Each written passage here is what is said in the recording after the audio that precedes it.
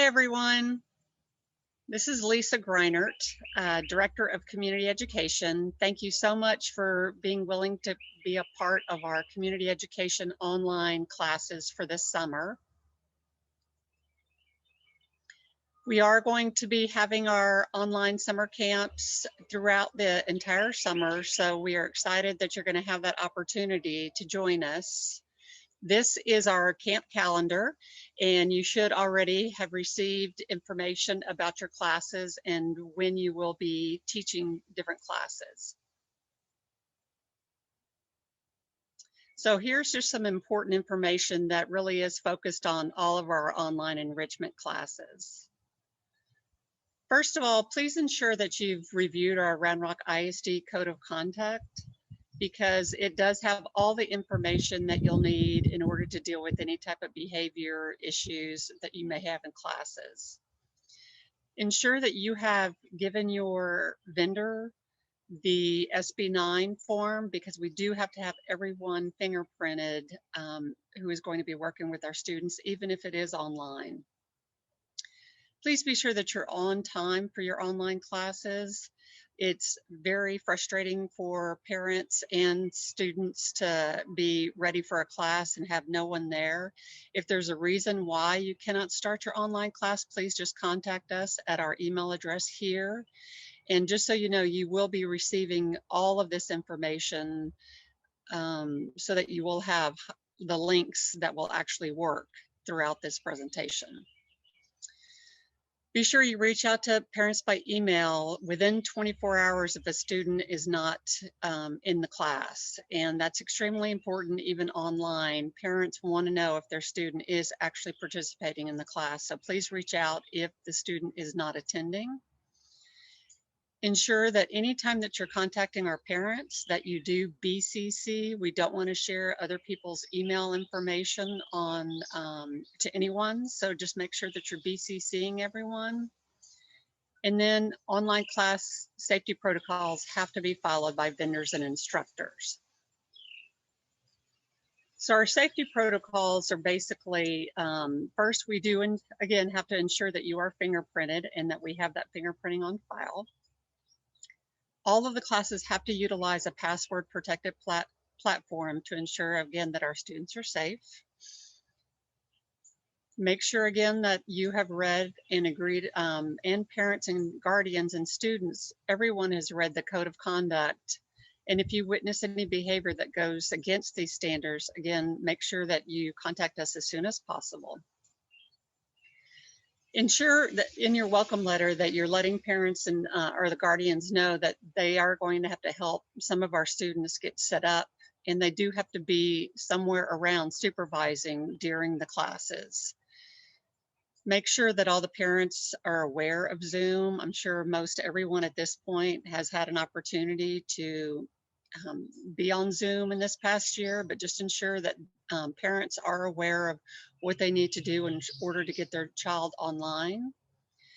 Again, make sure the parent or the guardian knows that they do need to supervise the student, but that they're not there to participate, but just to be in the vicinity of where the class is being listened to at home. Make sure that you connect with every student at least once with video enabled. It's extremely important. We don't want our students off video most of the time. They really need to be seen. So please encourage all of them to make sure that they're being seen. If you're having, again, an issue with that, please contact the parents to make sure that they're aware that this is going on. Only registered students within the same household may attend your online classes. Instructors should encourage learners, again, to enable their audio or video so that they're actually participating. And no video or audio recordings that show students will be made without express written permission from the parent or guardian. And it's the responsibility of the parent or guardian to enable or disable video and or audio participation. And ensure the chat feature is on, but make sure that the chat is for all online classes is in the host only for all participants. Again, we don't want, that's just to keep the kids from sending messages back and forth. It should only be the host that is sending the information. If you have any behavior issues, just first time is just try to have a one-on-one conversation with the student about the behavior. If it's serious, there is a class incident report that we do want you to make sure that you complete and that you send it to us so we're aware of it. And also please ensure that your vendor also is aware of what is going on with the issue. So just a couple of reminders, make sure to keep kids safe and follow all online safety protocols. Again, be on time. We ask that you don't give them busy work, especially, while you're waiting for everyone to get online. If you're waiting for other students to get online, do something that is specific to what it is that you're teaching, not just busy work, to keep kids excited and engaged in the class. Make sure you're prepared. Use students' names. Great idea when they sign in that they have their names. You make sure they put their names on their video. Again, engaging and make sure that the class runs smoothly and use those behavior management protocols if needed. It is important that you keep attendance because that is how everyone gets paid, is through those rosters. So keep attendance for every one of them. You can either use an app to keep attendance or you can get a printed roster from your vendor. And the vendor should update you or provide you an updated roster for the first 2 weeks of class because some students may not start the first. We have registration open up through the second class. So ensure you have updated rosters. And again, if you have someone in the class that you don't think you're supposed to have in the class, make sure you contact the vendor to ensure and see if maybe that person just registered late. All right. And again, make sure any emails are BCC'd and make sure that you copy us with any of those. This is just an example. We use Elio as our registration system. And so this is just an example for you of what a roster might look like.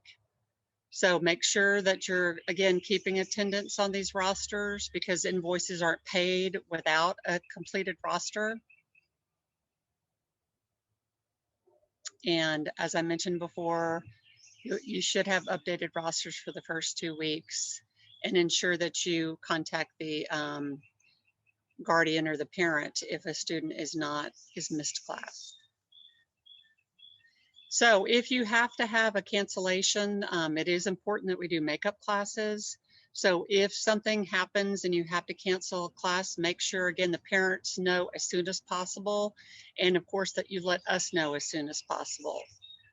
If there's someone else that is able to do it that has already gone through and it has their SB9 and fingerprints with us, they can take over the class. However, again, we do have to have someone who's already gone through our SB9 process.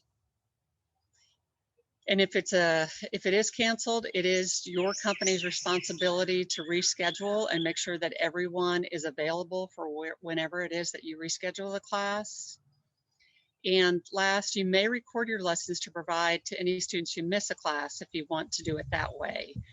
Video recordings, again, must not show the students on the screen, but you can record it and give that to students who miss a class. You cannot use student images, video recordings, or voice recordings, or sample work for any purpose not clearly specified in the publicity policy, so please be sure you go over that. You cannot show any videos of students without express permission from the parents. It is, again, the responsibility of parents or guardian to enable or disable video and audio. And if your company sends any additional release forms to parents, please make sure that we have a copy of that release. So sometimes, and we may have a lot of this with our online classes this summer based on some students may be more ready to go in person, but If you have low enrollment classes, or classes, if we have low enrollment classes, we're going to make sure and contact you to let you know whether or not the class is going to make or not. So the vendor will review enrollment numbers and send low enrollment emails if needed about 2 weeks prior to the first class date to try to get more students involved. Instructors may not be canceled or rescheduled until vendor receives a confirmation email that the class has been canceled by community education. Classes below minimum enrollment cannot be canceled until the official date to ensure that parents have opportunity to register. And if your company chooses to cancel a camp, the vendor must notify community education by cancellation deadlines at least 1 week before the first class. And again, if your company chooses to cancel a camp, community education will cancel the class and notify the parents of the cancellation and refund 1 week before the class is actually ready to start. Be sure to send a welcome email, very important. And I would put important community education online class starting soon, something big in the subject matter to ensure that parents see it and that they know what they need and what the student's going to need in order to start the class. So ensure that you send a welcome email at least 5 days prior to the class. Very important. That's one of the biggest things we hear from parents is the fact that they never got anything telling them that the class started. So again, in that subject matter, I would put something pretty big in there so that they see it. So check for new enrollments before sending any parent emails. Give the start date, end date, start time, and end time. And again, there's an example on the next slide of a perfect, easy welcome email that you can send. If there are any supplies or materials, make sure that's included. Include a link for any supplies that need to be purchased. Any login instructions for the class. Ensure the parent guardian recognizes that they are to supervise their students while they're online, but again, that the student should be participating independently. And again, BCC parents. So here's an example. Again, you're going to have all of this to use for you to send your welcome email.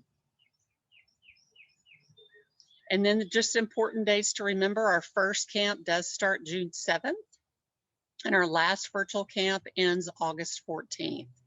We are closed the weeks of June 21st through July 3rd, and we are closed on Fridays during the summer. We do have fall also that we're planning for, and the fall virtual and in-person registration, just so you know, opens on August 1st.